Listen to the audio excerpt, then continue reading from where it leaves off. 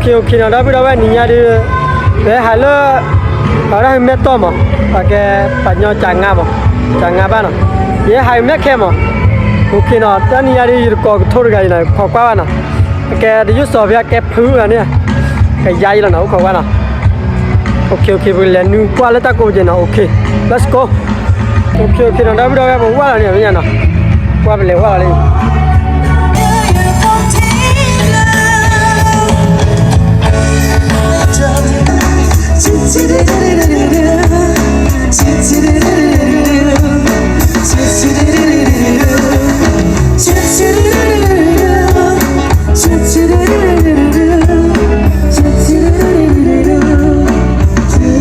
ว่านะได้ไปได้หน่อยว่านะสอนรถ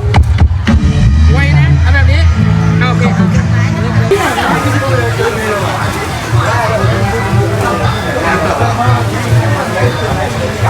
อ๋อพื้นไหนตื่นต้นนับพื้นบ้านอ่ะว่าแกยามมาได้เนี่ย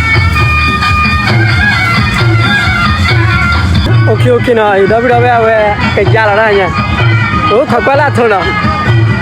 อะไรก็ทุนได้เนี่ยหรอขอบคุณดิ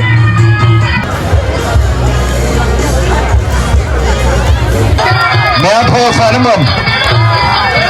ต่อยขวาแมวโทรเอาดำใจเสียฝ่ายแดงไปกันแล้วเข้าโอ้โหโดนข้าซ้ายครับกรรมการนับไหวไหม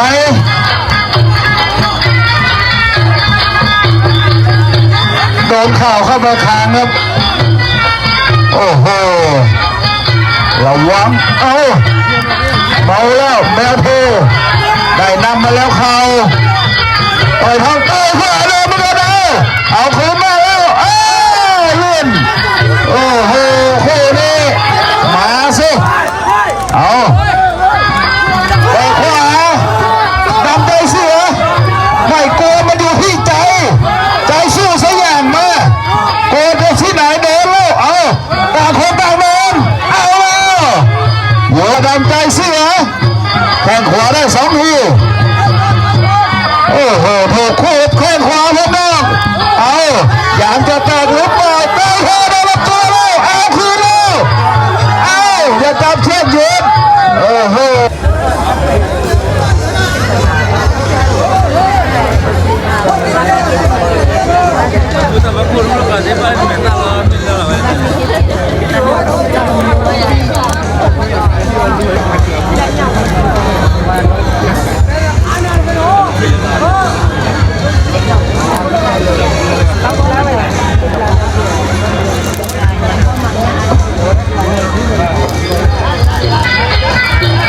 ยก2เอาใหญ่ดำจะเสียแม่ผู้หยุด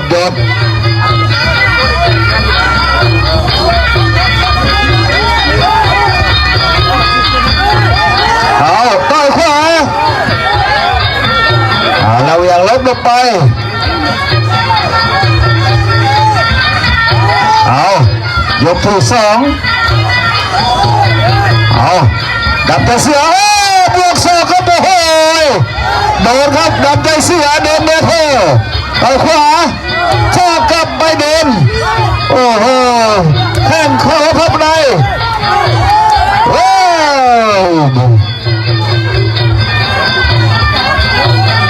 อ้โหคู่นี้ไม่รู้ไปกอดกันมาจากไหนเอาโอ้โหอย่าซ้ำโอ้โหเดี๋ยวเธอบอกไม่เป็นไรโดนเดียบซ้ายของเดียโฟแล้วเข้ามาตีเข่าเอาเสือคืนเหมือนกันกับดำใจเสือศอกเดียบโอ้โหโดนเหมือนกันครับเดียโฟ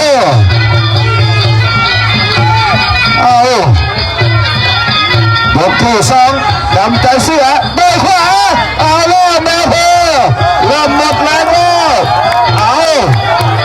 แล้วอะไรก็เกิดขึ้นได้หมัดเบย์โดนบนขวาใครโดนใครโอ้โหรวมเลยไปทั้งคู่เอาแล้วเริ่มลุกช้าแล้วมาใครก็โดนของใครเริ่มหมดแรงแล้วยกที่2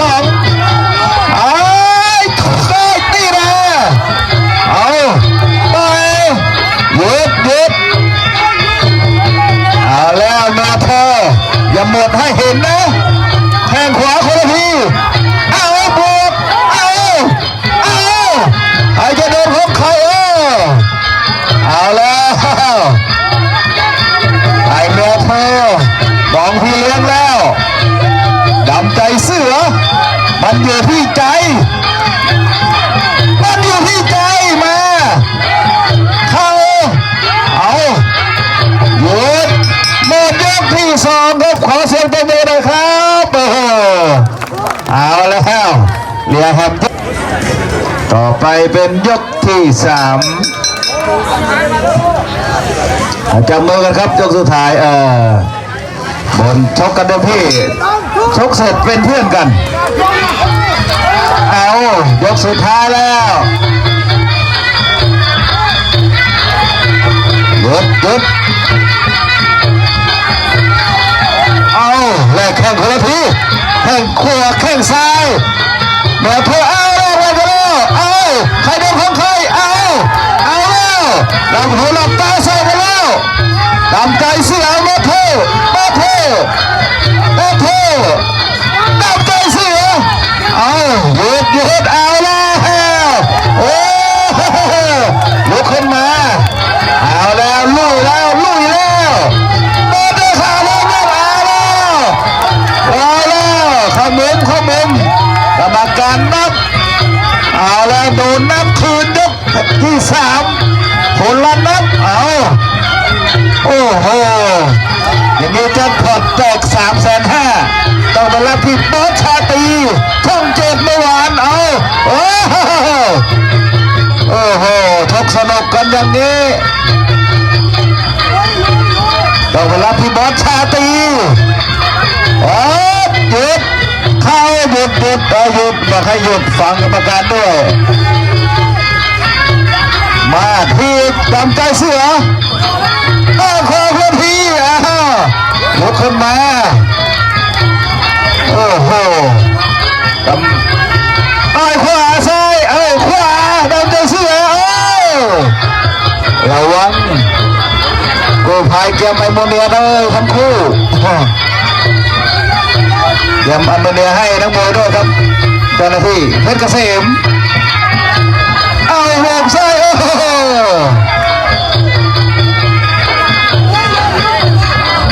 เอามาเฮ้มนขิงอยู่เฮ้หมดยกเสมอกันไปครับคนนี้พลาดเชือก โอเคนะแล้วไปนอนเลยเนาะ เจ้าหน้าที่เพชรเกษมดำใจเสือโดนนับไปก่อนโอเคนะเว้ยพี่เนี่ยได้เข้าแล้วนะเข้าแล้วนะเดี๋ยวนี้หันปั๊บเข้าแล้วเนี่ยเข้าแล้วขาน้ำเงิน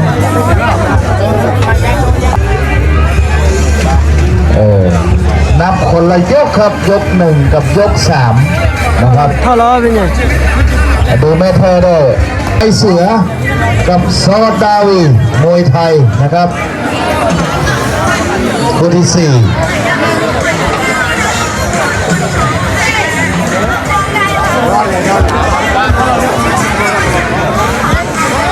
ชาลี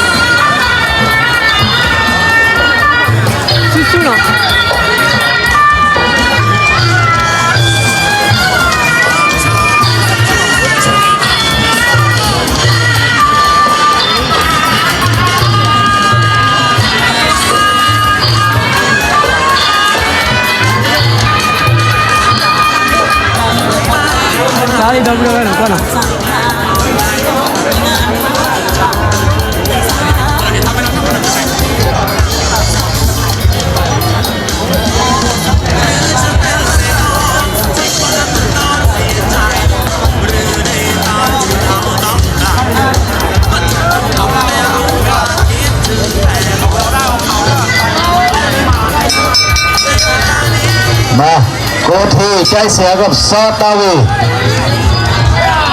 ซอตาวีฝ่ายน้ำเงิน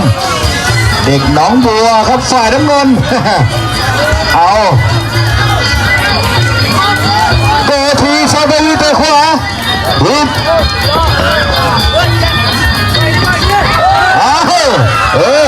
ล้มไม่ซ้ำดีมาก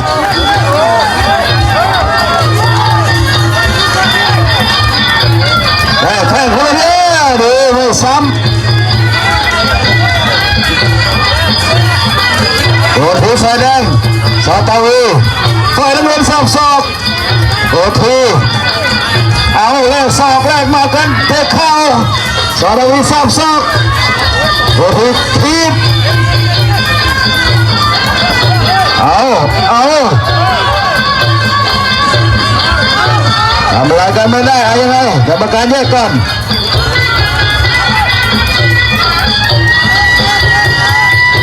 หลอกขยับหนึ่งทีซาตาวีโอ้ทีเดินเข้าหาเอายังไงเอาใกล้ๆทีบยังบ่โดนเตี้ยเข้าใกล้ๆแทงขวาโดนปลายนวมซ้ายมันเล่นมากลางเวทีอย่าไปเข้าแต่มุมมากลางเวทีเลยเอาแล้วเล็งไอ้ซาตาวิต้ขวายังบ่โดนยังเตี้ยเข้าใกล้ๆยังบ่โดนกับเตี้ยเอาปั๊บโดนละเอาขึ้นขวาขึ้นเอาสับศอกคนละทีเอาต่อซ้ายต่อขวาคนละทีเอาระวังหัวอย่าไม่เป็นไรเอาไงซอดาวีโกดดีได้ทีแล้วแข่งขวาไม่โดนแข่งขวาลำตัวหนึ่งทีเอายิ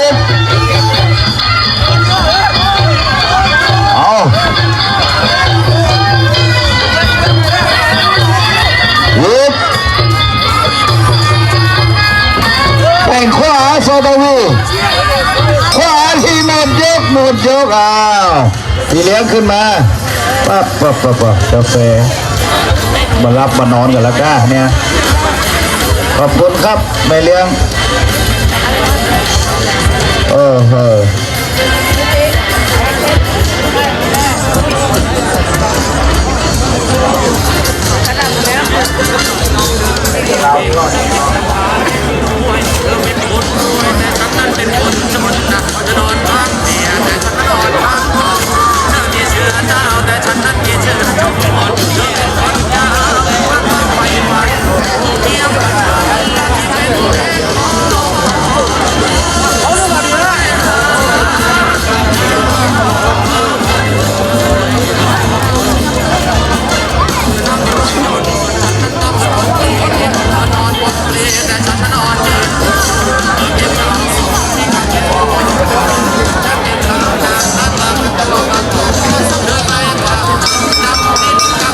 มายกที่สองเอาเต็มตี้เลยนะนักมวยโกทีใจเสียไฟแดงไอ้ซาตาวีน้ำเงินเอายกสองหัวเต็มตี้โดนศอกแล้วซาตาวีโกทีเดินแล้วมาใครดีมันอยู่ที่ใจเอาได้เข้ามายกสองแล้วเอาหิบเอาศอกกลับไปไปขวาซ้ายแทงขวาเอาแล้วซาตาวีเต็มที่เลยแลกศอกแลกหมัดกันแล้วฮิปแทงขวาลำตัวสับศอกซ้ายศอกขวาคนละทีแล้วขอมาตีเอายังไงหมุนทำอะไรกันไม่ได้กรรมการเรียกออกมาเอาแล้วไอ้โกทีเอาเร็วต่อยขวาได้แล้วโดนหมัดไอ้ซาดาวีจะมาโดนอีกแล้วโซคืนเอาทีมเอาสับโซโดนแล้วสับ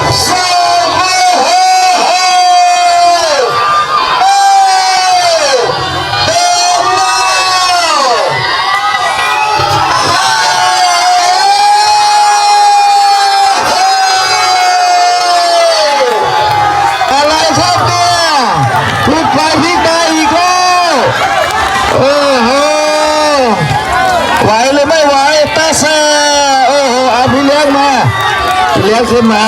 ดูนักมวยด้วยครับโดนศอกมันหนาวตัวกะมันนอนดีกว่าอ่ะ ไม่เป็นไรครับโดนครับโดนโดนศอกคุยครับแล้วครับ เราดูดักจุดพลังเกี่ยว เสียดูได้แบบคู่แกเสียนะก็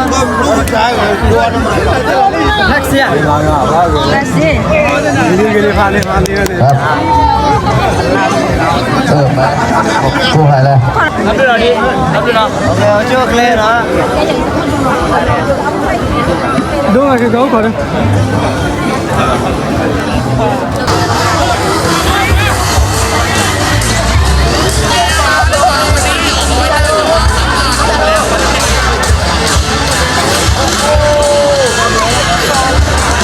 เห็นไหมล่ะยอดนักลง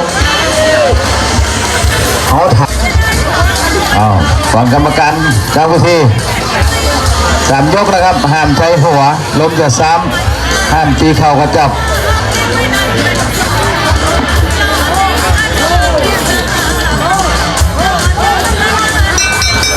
ยก 1มา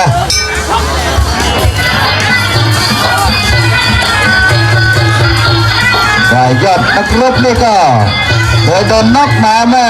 คราวแล้วครับหน้าฝนนี่นะครับที่นี่แหละเตะขาโอ้โหเอาแล้วเอาเลย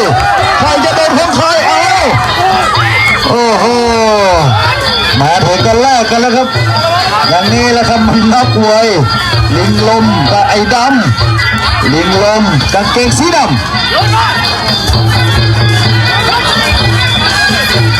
ไอ้ดำไฟแดงได้สูงกว่าครับแข้งขวาเรียบร้อยบวกกันแล้วลิงลมพีดต่อยซ้ายไอ้ดำ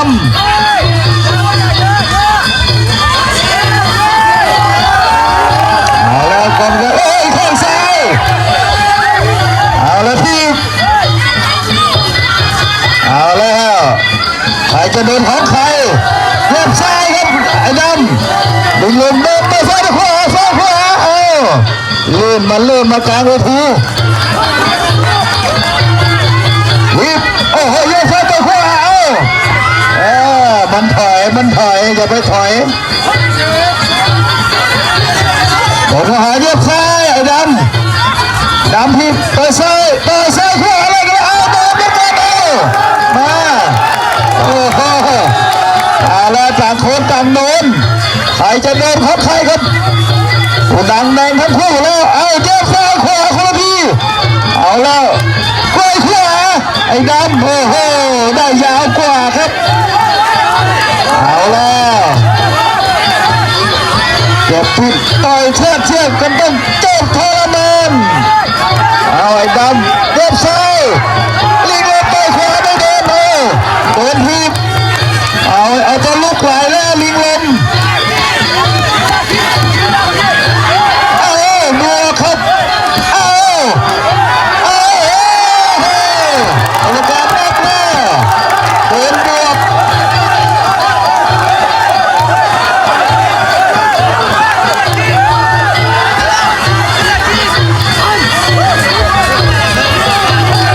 โดนนับไปแล้วลิงลมหมดยกครับหมดยกโอ้โหขอเสียงตบมือหน่อยครับโอ้โหโดนนับไปแล้วลิงลมใช้ได้ครับพี่ดำบัดเจ็บซ้ายต่อยขวา3 ยกแล้วครับน้องโมครบยกเสมอไม่มีคะแนนนะครับขาดเชือกมีนับคะแนนแล้วครับก็ยอมแพ้เอาแล้วลิงลมโมโหแล้วต่อยซ้ายต่อยขวาทำอะไรกรรมการแยกครับ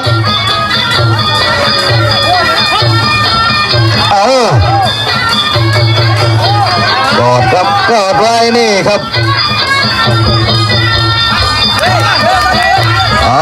ไอ้ดำโดนหาแล้วมันก็แล้วลิงลมแล้วก็เราจริงเต้าโอ้โหสับโซ่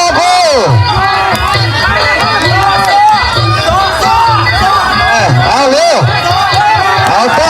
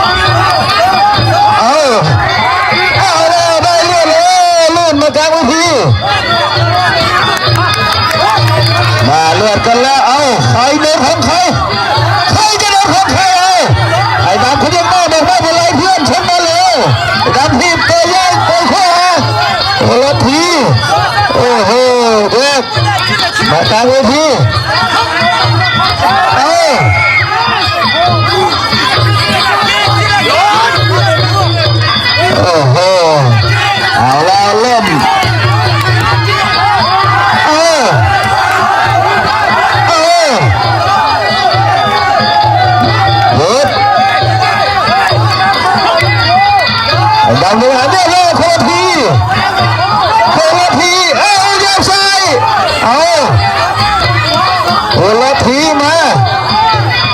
ใครจะโดนของใครเอายกสองหยุด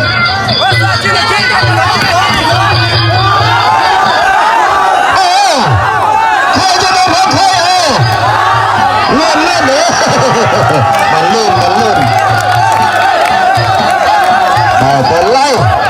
เอาอีกหมดยกที่สองครับโอ้โห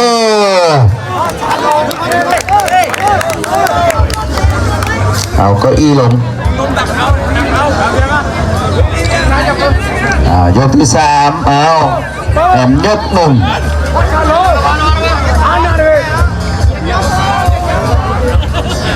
มากลางเวทีก็มันลื่น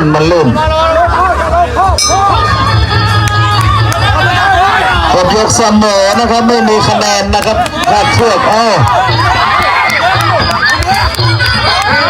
หยุด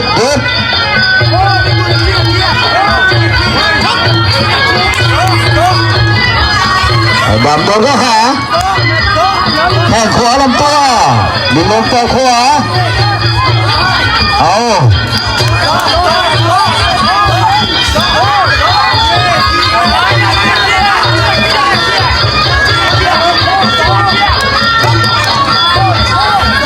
โดนก็หาคนละทีเล็กซ้ายเอาแล้วเริ่มลุกช้าแล้วกันละอะไรครับเล่น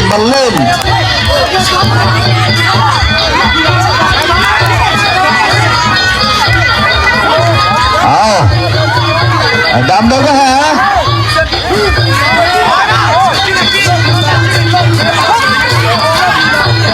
อย่างไรดำเรียกไฟล็อกมาแล้วก็คลองควันไฟแล้วช่วงสุดท้ายไปลิ้มลงซ้ายไปขวาโดนมายังยิ้มเฉยอยู่ครับไอ้ดำคนละพีโอ้โห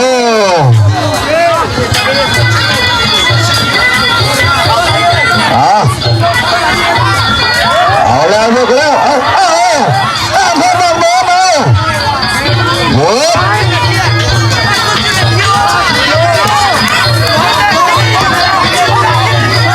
ตัวเอกคำพูดนี้ครับ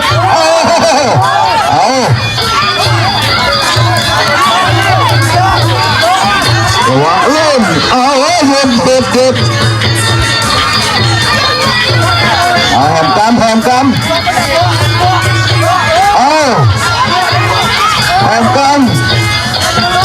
หมดยกครับหมดยกเสมอกันไปครับขอเสียงตบมือนักมวยทั้งคู่นะครับโอ้โหคำคนนี้นะครับดีมากขอโทษกันนี่แหละครับจบเป็นเพื่อนกันนะครับนี่ครับน้ำใจนักกีฬา